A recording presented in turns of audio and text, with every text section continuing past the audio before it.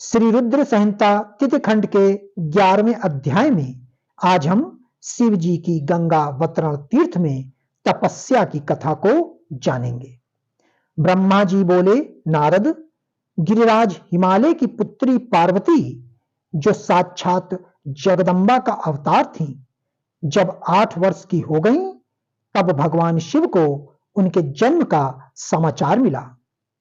तब उस अद्भुत बालिका को हृदय में रखकर वे बहुत प्रसन्न हुए।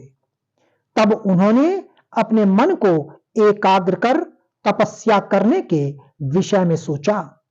तत्पश्चात नंदी एवं कुछ और गणों को साथ लेकर महादेव जी हिमालय के सर्वोच्च शिखर पर गंगोत्री नामक तीर्थ पर चले गए। इसी स्थान पर पतित पावनी गंगा ब्रह्मलोक से गिर रही है। भगवान शिव ने उसी स्थान को तपस्या करने के लिए चुना।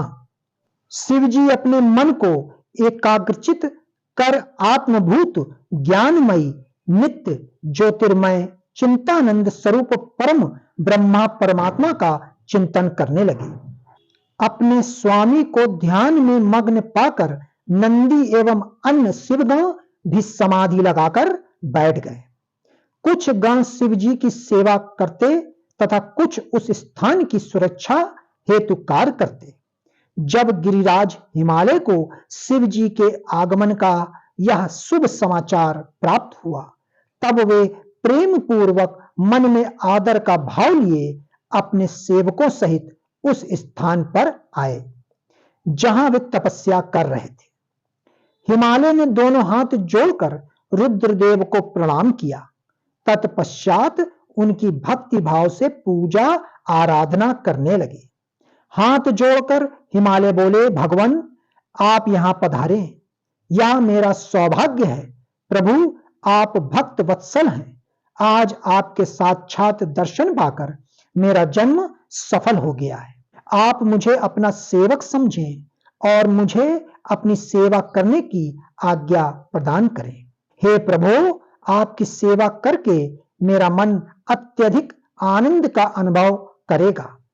गिरिराज हिमालय के वचन सुनकर महादेव जी ने अपनी आंखें खोली और वहां हिमालय और उनके सेवकों को खड़ा देखा।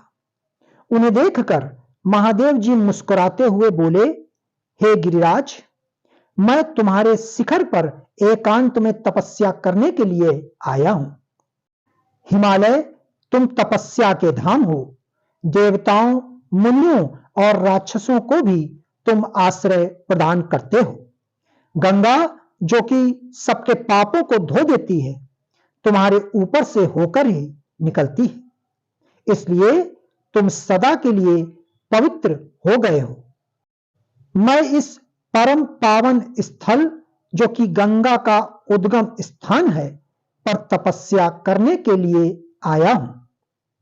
मैं यहां चाहता हूं कि मेरी तपस्या बिना किसी विघ्न बाधा के पूरी हो जाए। इसलिए तुम ऐसी व्यवस्था करो कि कोई भी मेरे निकट ना आ सके। अब तुम अपने घर जाओ और इसका उचित प्रबंध करो। ऐसा कहकर भगवान शिव चुप हो गए। तब हिमालय बोले, हे परमेश्वर, आप मेरे निवास के क्षेत्र में पधारें। यह मेरे लिए बड़े सौभाग्य की बात है। मैं आपका स्वागत करता हूं। भगवान, अनेकों मनुष्य आपकी अनन्य भाव से तपस्या और प्रार्थना करने पर भी आपके दर्शनों के लिए तरसते हैं। ऐसा महादेव ने मुझ दीन को अपने अमृत दर्शन से कृतज्ञ किया है। भगवान, आप यहां पर तपस्या के लिए पधारे हैं, इससे मैं बहुत प्रसन्न हूं। आज मैं स्वयं को देवराज इंद्र से भी अधिक भाग्यशाली मानता हूं। आप यहां बिना किसी विघ्न बाधा के एकाग्रचित हो तपस्या कर सकते हैं। यहां आपको किसी भी तरह की कोई परेशानी नहीं होगी, ऐसा मैं आपको विश्वास दिलाता हूं। नारद, ऐसा कहकर गिरिराज हिमालय अपने घर लौट गए। घर पहुंचकर उन्होंने अपनी पत्नी मैना को शिव जी से हुई सारी बातों का वृतांत कह सुनाया। तब उन्होंने अपने सेवकों को बुलाया और समझाते हुए कहने लगे कि आज से कोई भी गंगा वतरण अर्थात गंगोत्री नामक स्थान पर नहीं जाएगा। वहां जाने वाले को मैं दंड दूंगा।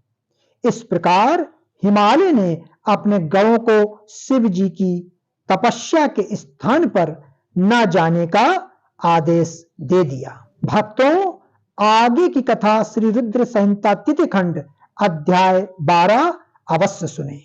ओम नमः शिवाय।